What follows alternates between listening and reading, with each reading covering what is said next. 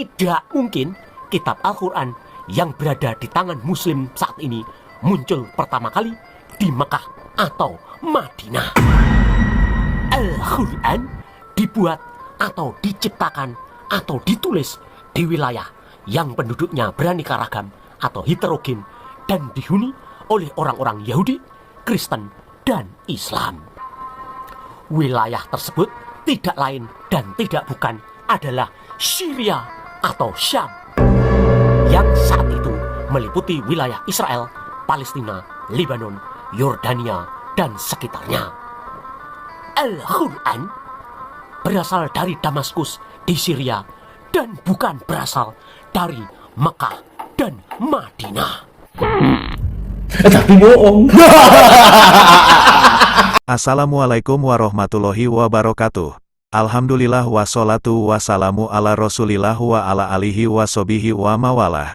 Amma badu, jumpa kembali bersama Kiro Channel. Kali ini kita menemukan sebuah channel yang julid terhadap Islam, yaitu Satria Nusantara, yang kerjaannya memelintir sejarah seolah-olah sesuai data, padahal mah datanya ngaco dan ngawur. Oke, tanpa berlama-lama lagi, langsung saja kita simak videonya. Dongeng Al-Quran diturunkan Allah di Mekah dan Madinah. Muslim atau orang Islam percaya bahwa kitab Al-Quran diturunkan oleh Allah SWT kepada Muhammad SAW secara mencicil dan mencicil selama 22 tahun, 2 bulan, 22 hari atau sekitar 23 tahun.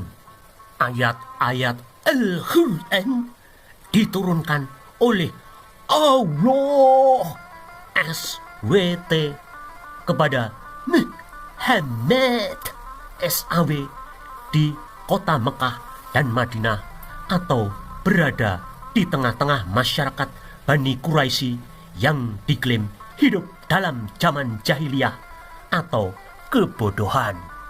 Dengan demikian, menurut sumber-sumber Islam, yakni hadis Nabi, sirah, dan tafsir, menyatakan Al-Quran diturunkan di tengah-tengah masyarakat jahiliyah atau primitif di kota Mekah dan Madinah yang masih menyembah berhala atau orang-orang musyrik. Namun, anehnya dalam Al-Quran yang terdiri dari 30 juz, 114 surah, dan 6.236 ayat, hanya ada 1 surah dan 2 ayat yang menyebutkan sesembahan orang-orang musyrik atau orang-orang yang dituduh menyembah berhala, yakni dalam surah An-Najm ayat 19 hingga 20 yang berbunyi, Afara'aitumul lata wal uzza wa manata salisatal ukhra, yang artinya, maka apakah patut kamu, hai orang-orang musyrik, menganggap Al-Lata dan Al-Uzza dan Manat yang ketiga, yang paling terkemudian, sebagai anak perempuan Allah?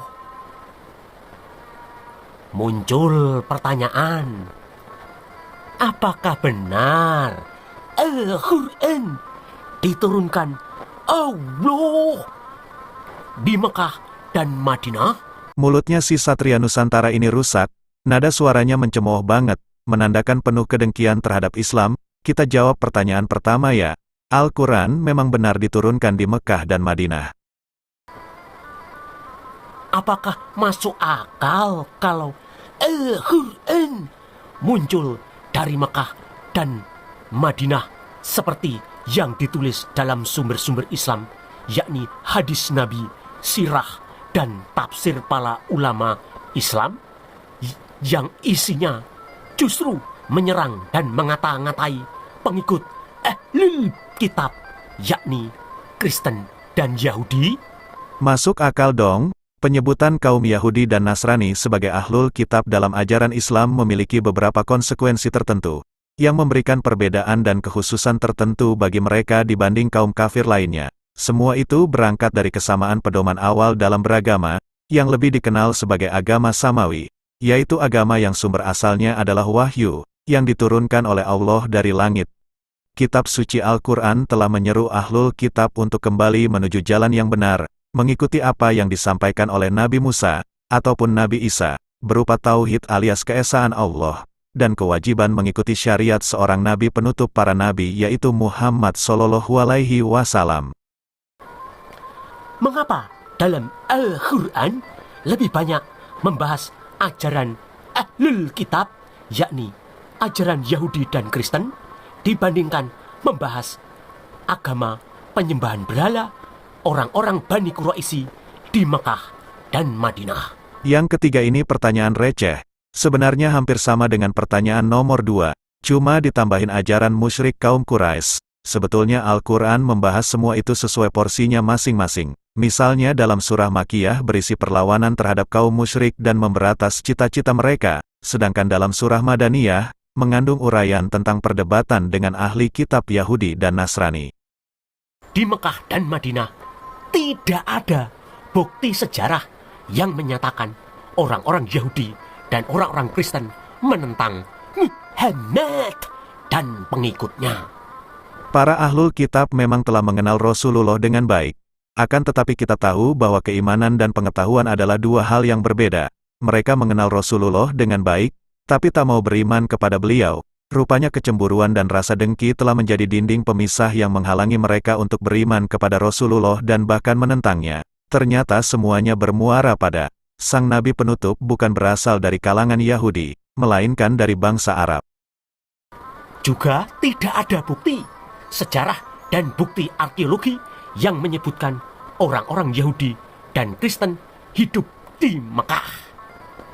Karena Mekah dihuni oleh orang-orang Bani Quraisy atau keturunan Qurawa yang merupakan orang-orang penyembah dan pemuja dewa-dewa atau disebut kaum pagan. Dewa atau sesembahan tertinggi di Ka'bah adalah dewa Hubal atau Hubaal atau dewa bulan atau Allahu Ka'bah. Ngawur nih orang. Maksain banget menyamakan Dewa Hubal dengan Allah. Oke, kita akan buktikan dengan bukti arkeologi, bahwa orang Kristen sudah ada di Mekah, sejak zaman Nabi Muhammad Shallallahu Alaihi Wasallam. Surat kabar The Daily Mail melaporkan, Ahad, 30/12, arkeolog menemukan sebuah batu dengan pahatan seperti tokoh Kristen di wilayah Zafar, sekitar 935 km selatan Mekah. Batu ini diyakini para arkeolog berasal dari zaman Nabi Muhammad. Arkeolog asal kota Heidelberg, Jerman, Paul Yule, mengatakan batu ini mempunyai tinggi sekitar 1,5 meter. Dia memperkirakan pahatan itu dibuat pada 530 Masehi. Dia menjelaskan dalam pahatan batu itu digambarkan seorang lelaki memakai perhiasan, berambut keriting, bermata bulat, dan telanjang kaki. Dia percaya tokoh ini mirip dalam penggambaran orang suci dari gereja Koptik. Lelaki dalam pahatan itu juga terlihat memegang seikat ranting yang merupakan simbol perdamaian pada tangan kirinya dan palang seperti salib di tangan kanannya. Sementara mahkota dipakai pria itu mirip dengan apa dikenakan oleh penguasa-penguasa kerajaan Kristen Ethiopia kuno. Dengan demikian, Al-Quran tidak mungkin diturunkan di Mekah dan Madinah, di mana mayoritas penduduknya adalah orang-orang musyrik atau orang-orang pagan yang dianggap sebagai para penyembah berhala. Jika Al-Quran diturunkan oleh Allah SWT kepada Muhammad SAW di Mekah dan Madinah, seperti yang diklaim atau dinarasikan oleh sumber-sumber Islam, maka perdebatan yang terjadi tentu menghadapkan antara orang-orang Islam melawan kaum musyrik atau orang-orang Bani Quraisy yang dituduh sebagai penyembah berhala. Namun, perdebatan atau polemik tersebut tidak ada. Dalam Al-Quran justru terjadi perdebatan sengit atau polemik keras antara Islam melawan Ahlul Kitab atau ajaran Yahudi dan Kristen. Ayat-ayat Al-Quran mayoritas berisi serangan, kecaman, dan kutukan kepada orang-orang kafir, yakni Ahlul Kitab. Sebelum kedatangan Nabi Muhammad SAW, kota Madinah dikenal dengan nama Yasrib. Penduduk kota Yasrib terdiri dari etnis Arab, baik dari Arab Selatan maupun Utara, juga ada yang berasal dari etnis Yahudi. Penduduknya telah memiliki kepercayaan dan agama. Agama yang dianut penduduk Yathrib adalah Yahudi, Nasrani, dan Pagan. Mayoritas penduduknya memeluk agama Yahudi. Selain Yahudi, penduduk Yasrib memeluk agama Nasrani. Kelompok yang merupakan kelompok minoritas berasal dari Bani Najran. Mereka memeluk agama Nasrani pada tahun 343 Masehi ketika Kaisar Romawi mengirim misionaris ke wilayah mereka untuk menyebarkan agama Nasrani.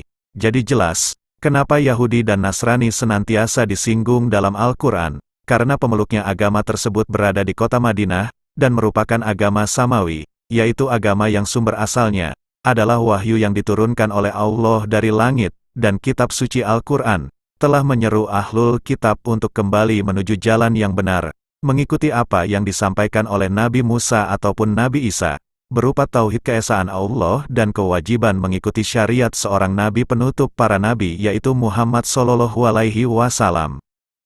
Tidak mungkin kitab Al-Quran yang berada di tangan Muslim saat ini muncul pertama kali di Mekah atau Madinah.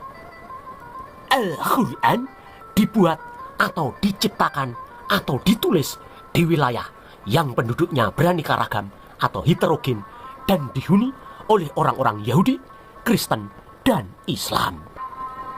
Wilayah tersebut tidak lain dan tidak bukan adalah Syria atau Syam, yang saat itu meliputi wilayah Israel, Palestina, Lebanon, Yordania, dan sekitarnya. Al-Quran berasal dari Damaskus di Syria dan bukan berasal dari Mekah dan Madinah. Tapi bohong. Udah jelas ya, channel Kafir Satria Nusantara ini membuat kebohongan besar yang menyesatkan. Tentunya bagi orang-orang yang punya akal dan mau berpikir waras, tidak akan mudah tertipu omongan Satria Nusantara ini. Mungkin itu saja yang dapat kami sampaikan. Nanti di lain kesempatan kita akan bongkar lagi kebohongan dari channel Satria Nusantara ini, yang selalu menyudutkan Islam. Semoga bermanfaat. Wassalamualaikum warahmatullahi wabarakatuh.